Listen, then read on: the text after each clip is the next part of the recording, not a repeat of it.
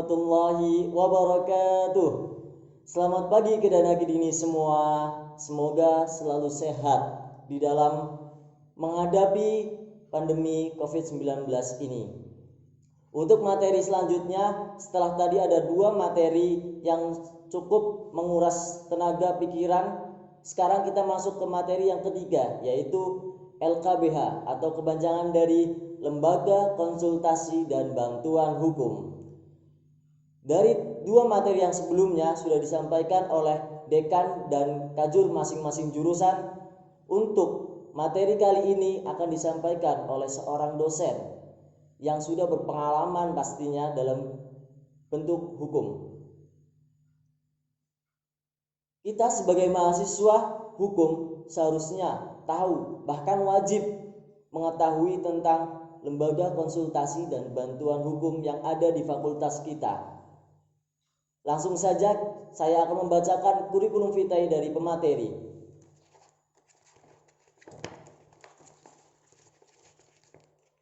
Kurikulum vitae narasumber PBAK Fakultas Syariah 2020. Nomor induk pegawai 1972090620003102. Tempat tanggal lahir Cilacap 6 September. Alamat Jalan Cendrawasih Blok L4 nomor 13, Perum Gria Tegalsari Indah, Bojongsari Kembaran, Banyumas. Instansi IAIN Purwokerto golongan 3C. Jabatan Kepala Lab Syariah dan Direktur LKBH IAIN Purwokerto. Pendidikan terakhir S3 PDIH Unisula. Nomor handphone 081327012060. Email bahrul.91@gmail.com. Purwokerto 26 September 2020. Tertanda tangan Muhammad Bahrul Ulum SHMH. Mari kita tonton dan simak video dari pemateri kita Muhammad Bahrul Ulum SHMH. Check it out. Assalamualaikum warahmatullahi wabarakatuh. Perkenalkan, saya Muhammad Bahrul Ulum, Kepala Laboratorium Fakultas Syariah. Saya akan menyampaikan kaitannya dengan peran dan kedudukan Laboratorium Fakultas Syariah dalam menyiapkan mahasiswa-mahasiswa Fakultas Syariah yang profesional, memiliki daya saing, dan mumpuni dalam bidangnya. Lab Syariah itu merupakan unit khusus yang memwadahi praktikum mahasiswa syariah pada mata kuliah tertentu yang nanti dipraktikumkan. Ada mata kuliah PLKH, ada mata kuliah hukum acara, ada mata kuliah legal drafting, dan sebagainya. Ini fungsi dan tugasnya: merencanakan, melaksanakan, mengembangkan, dan mengevaluasi kegiatan laboratorium, baik yang terkait dengan teori dan praktik nanti, terutama mata kuliah praktikum. Kemudian merencanakan dan mengembangkan pengadaan peralatan dan perlengkapan guna menunjang kegiatan laboratorium. Kemudian berikutnya adalah mengelola dan memelihara perlengkapan dan peralatan yang digunakan sebagai sarana penunjang pembelajaran. Kemudian tugas berikutnya, unit apa saja sih yang ada di Laboratorium Fakultas Syariah? Yang pertama adalah Laboratorium Peradilan Semu. Ini yang menjadi tempat sidang, praktek persidangan. Kemudian juga menyiapkan mahasiswa yang akan berkompetisi di lomba peradilan semu, baik itu di tingkat lokal maupun nasional. Kemudian juga ada Laboratorium Ilmu Falak dan Astronomi. Ini kaitannya dengan menyiapkan piranti ketika menentukan awal bulan Hijriah. Kemudian juga kaitannya dengan kiblat sholat dan sebagainya.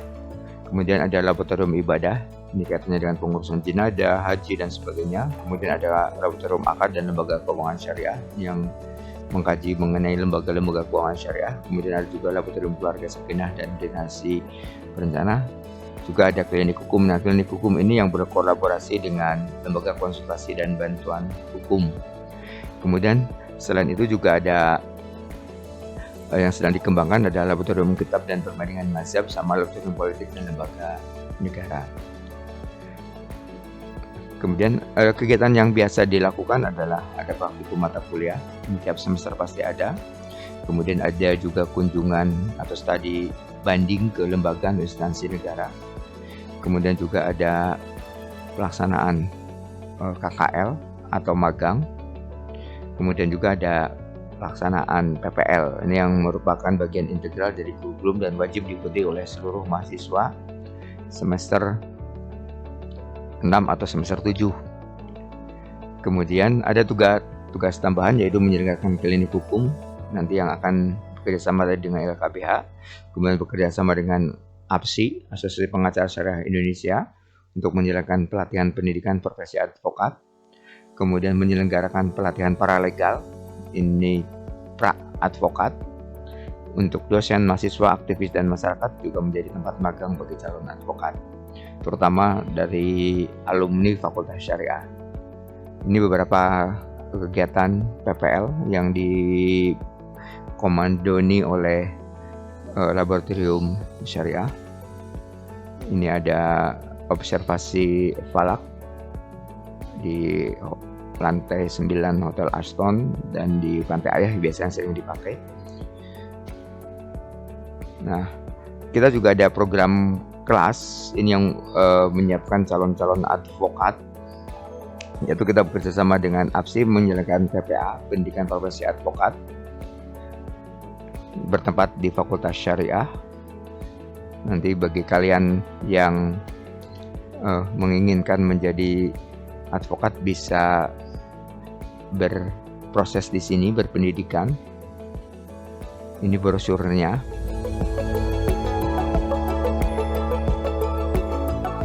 Nah, berikutnya kaitannya dengan lembaga konsultasi dan bantuan hukum STAIN Purwokerto. Kita masih menggunakan STAIN Purwokerto karena kita belum melepaskan dari STAIN-nya. Nanti kalau sudah jadi UIN mungkin kita akan berubah, karena kita sudah berbadan hukum, Kementerian Hukum dan HAM. Ini bukti aktivitas dari pos bantuan hukum kita di Tegal, di Kebumen, di Pekalongan. Ini bukti kita berbadan hukum di bawah Kementerian Hukum dan HAM. Jadi masih namanya STAIN. Nanti kalau sudah akan berubah menjadi UIN, maka ini harus dirubah dan prosesnya mulai dari akta pendiriannya sampai kepada pengurusan badan hukumnya. Itu yang agak lama sehingga namanya masih STAIN. Kemudian, nah ini bukti akreditasi kita. Kita satu-satunya di Purwokerto yang berlatar belakang perguruan tinggi yang terakreditasi. Jadi kita menang satu langkah dibanding UNSUD, UMP maupun UNBIKU. Karena kita sudah terakreditasi, tapi yang lainnya belum untuk lembaga konsultasi dan bantuan hukumnya. Nah, fungsi utama kita sebenarnya karena ini sebagai lembaga praktik, maka semaksimal mungkin kita menjadi tempat pembelajaran, tempat praktik bagi mahasiswa dan alumni serta dosen bagi pengembangan keilmuannya. Kemudian juga memberikan jasa hukum, advokasi, konsultasi, bantuan hukum baik kepada lembaga kita, sivitas akademika, alumni maupun kepada masyarakat secara umum. Seluruh bidang baik perdata, pidana, tun, niaga, ketenagakerjaan dan lain-lain. Kemudian juga tempat riset serta tempat magang bagi calon alumni. Mungkin itu sekilas dari lembaga konsultasi dan bantuan hukum dan laboratorium Fakultas Syariah di IAIN Purwokerto. Semoga ini menjadi pemahaman yang lebih integral bahwa kita memiliki kesempatan untuk bisa berkembang lebih karena kita ada fasilitasnya, dan ini harus dimanfaatkan secara maksimal. Terima kasih dari saya. Salam syariah, hora syariah. Assalamualaikum warahmatullahi wabarakatuh. Alhamdulillahirabbil alamin. Telah kita dengarkan tadi materi yang disampaikan oleh beliau Bapak Muhammad Bahrul Ulum SHMH selaku Direktur Utama dari LKBH IAIN Purwokerto. Setelah ini, silakan dari Kedana Kedini semua untuk meresum materi yang telah disampaikan oleh beliau. Sebelum saya tutup, tak perlu hebat untuk menjadi sesuatu, tetapi mulailah sesuatu untuk menjadi hebat. Wallahu muwaffiq ila aqwamit thoriq. Wassalamualaikum warahmatullahi wabarakatuh.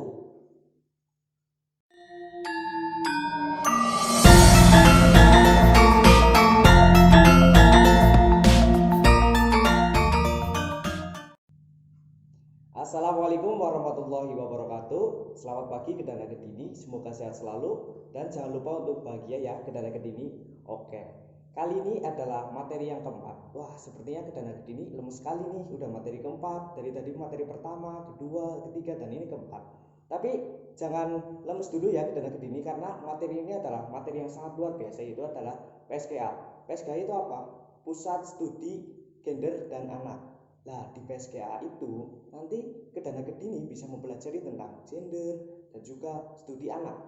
Langsung saja silahkan Kedana Kedini bisa menyaksikan video dari PSGA itu sendiri. Sebelum menyaksikan, Kang Mas akan membacakan kurikulum vitae dari pemateri. Kurikulum vitae narasumber PPAK Fakultas Syariah 2020. Tempat tanggal lahir, Sleman, Yogyakarta, 14 Januari 1983. Alamat, Perumahan Gria Satria Mandala Tama, Karanglewas Ron, Kabupaten Banyumas, Jawa Tengah. Instansi, IAIN Purwokerto. Pangkat Lektor 3C. Jabatan, Kapus PSGA IAIN Purwokerto. Pendidikan terakhir S3 UGM Yogyakarta. Nomor handphone silakan bisa dicatat ya, Kedana Kedini. 081-227-06-8808 Purwokerto, Sabtu 26 September 2020. Bertanda tangan Dr. Vivi Arianti, Sarjana Hukum Magister Humaniora. Ya, silahkan Kedana Kedini bisa simak dan juga bisa meresum materi yang penting ya. Oke, cekidot. Assalamualaikum warahmatullahi wabarakatuh. Salam Nusantara, salam kebajikan. Kami dari Komnas Perempuan ingin mengajak teman-teman semuanya untuk menciptakan kampus yang aman dan nyaman tanpa kekerasan, termasuk tanpa kekerasan seksual. Nah, sebelum kita bicara tentang definisi, bentuk, dan jenis kekerasan seksual, saya ingin menyampaikan terkait dengan Komnas Perempuan. Komnas Perempuan adalah lembaga HAM, lembaga HAM Republik Indonesia yang independen dan didirikan tahun 98 sebagai respon dari masyarakat yang saat itu menuntut pertanggungjawaban negara atas kekerasan terhadap perempuan yang terjadi, khususnya yang dialami oleh perempuan Tionghoa yang kita kenal dengan tragedi Mei 98. Dasar hukum keberdirian Komnas Perempuan adalah Kepres nomor 181 tahun 98 dan juga Perpres nomor 65 tahun 2005. Selain itu juga jelas Undang-Undang Dasar 1945. Kemudian Komnas Perempuan itu punya dua mandat ya, yaitu yang pertama mengembangkan kondisi yang kondusif bagi penghapusan segala bentuk kekerasan terhadap perempuan dan penegakan HAM, khususnya hak asasi perempuan di Indonesia. Yang kedua, meningkatkan upaya pencegahan dan penanggulangan segala bentuk kekerasan terhadap perempuan dan perlindungan hak asasi perempuan.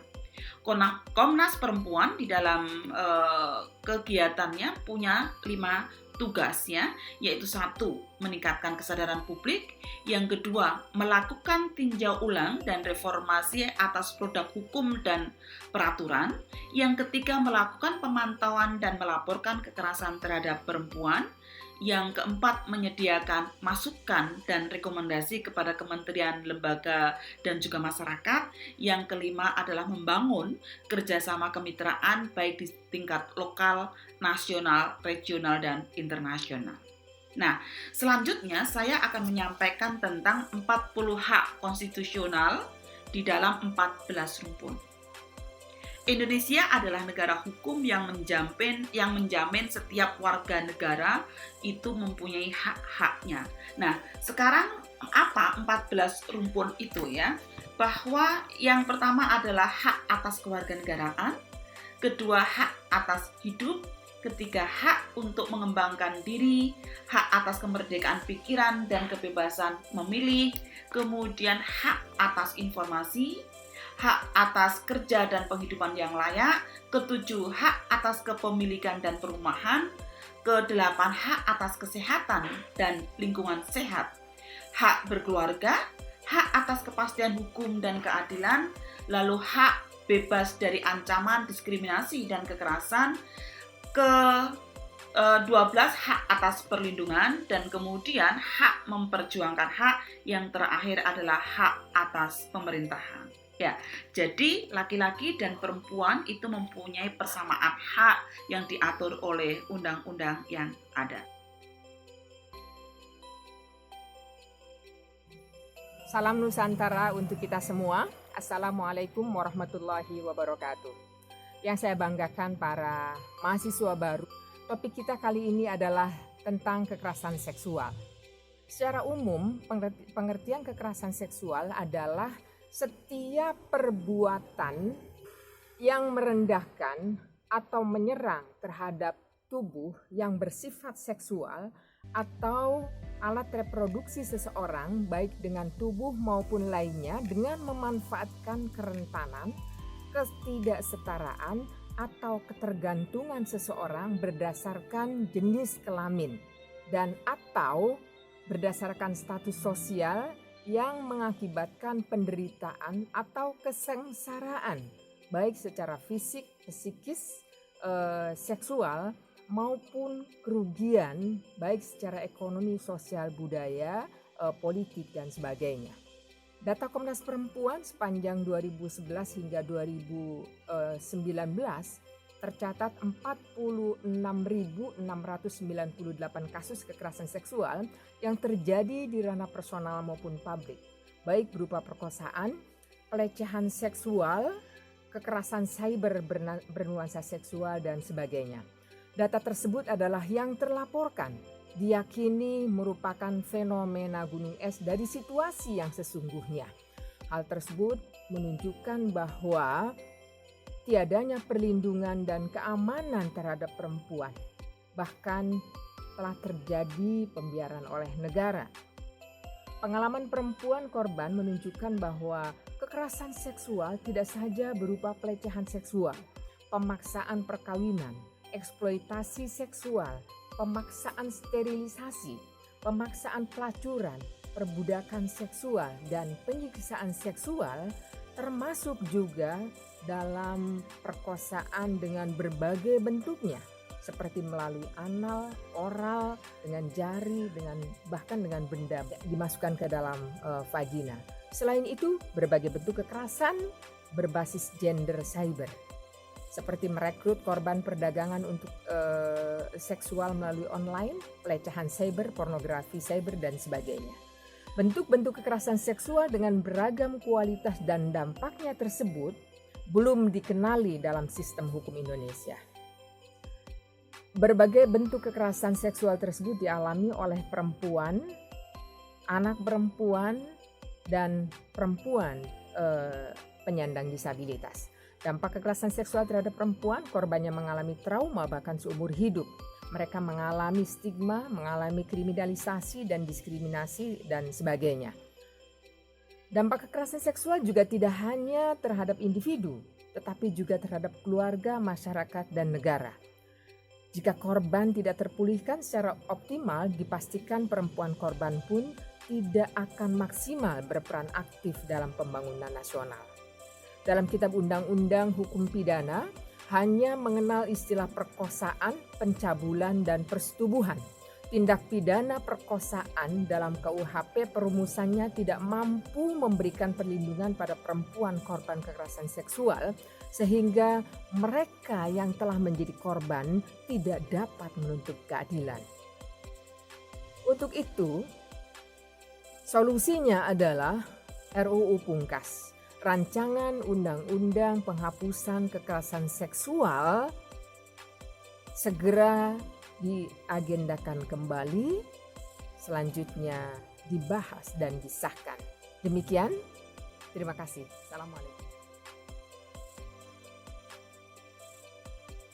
Barusan kita dengarkan Bu Maria Ulfah menjelaskan tentang data-data kekerasan seksual dan juga bentuk dan jenisnya ya kekerasan seksual.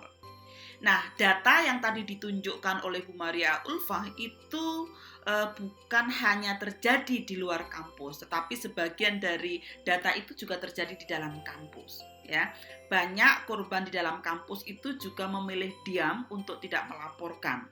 Hal ini karena bisa jadi payung hukum di dalam kampus itu tidak ada ataupun mungkin memang tidak tahu. Nah, sekarang apa yang dapat kita lakukan untuk menciptakan kampus yang aman dan nyaman dari segala bentuk kekerasan, khususnya tentang kekerasan seksual? Yang pertama, kita harus menguatkan regulasi yang sangat mempertimbangkan dampaknya terhadap korban. Regulasi itu berisi pencegahan, penanggulangan, pemulihan, dan juga pemidanaan pelaku. Ya. Kemudian yang kedua adalah menciptakan budaya yang zero toleransi kekerasan.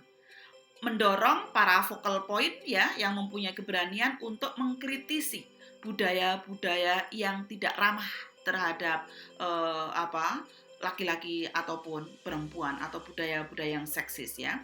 Kemudian yang ketiga adalah bagaimana kita mengintegrasikan hak konstitusional perempuan, mengintegrasikan nilai-nilai kesetaraan dan keadilan, dan juga mengintegrasikan bagaimana persoalan kekerasan seksual adalah sesuatu yang penting untuk diselesaikan itu di dalam kurikulum dan proses pembelajaran yang ada. Kemudian selanjutnya adalah mensosialisasikan pemahaman agama dan budaya yang ramah dan egaliter. Lalu juga jangan lupa kita mengusulkan ya dan mengkomunikasikan kepada pimpinan agar menganggarkan program-program yang responsif gender baik yang sifatnya praktis maupun strategis. Dan yang terakhir, menurut saya pada masa sekarang ini karena hampir 24 jam kita bertemu dengan namanya digital, kecerdasan digital ya itu sesuatu yang sangat penting. Jadi bagaimana kita meningkatkan kecerdasan digital supaya kita tidak menjadi korban dari kejahatan seksual yang berbasis online. Sebagaimana tadi disebutkan bahwa kekerasan seksual berbasis online saat ini sesuai dengan catatan Komnas Perempuan meningkat 300% lebih. Nah, artinya kita harus punya kecerdasan digital yang baik. Jejak digital itu lebih kejam daripada catatan malaikat raqib atid ya. Sehingga ini harus segera menjadi perhatian untuk kita semuanya bagaimana kita meningkatkan kecerdasan digital yang baik. Saya pikir itu yang bisa kita bicarakan pada kesempatan kali ini. Mudah-mudahan kita mempunyai kampus yang aman dan nyaman tanpa kekerasan, termasuk tanpa kekerasan seksual. Saya Alimatul Kiptia dari Komnas Perempuan. Mohon maaf jika ada hal yang kurang berkenan dan terima kasih. Assalamualaikum warahmatullahi wabarakatuh. Salam Nusantara, salam kebajikan. Ya, Kedana Kedini gimana untuk tadi videonya terkait PSGA? Wah, pasti menarik sekali nih. Silakan Kedana Kedini bisa resum bagian-bagian yang penting dari PSGA tersebut. Ya, Kedana Kedini, bila ada kesalahan dari Kang Mas, mohon dimaafkan. Billahi taufiq wal hidayah. Wassalamualaikum warahmatullahi wabarakatuh.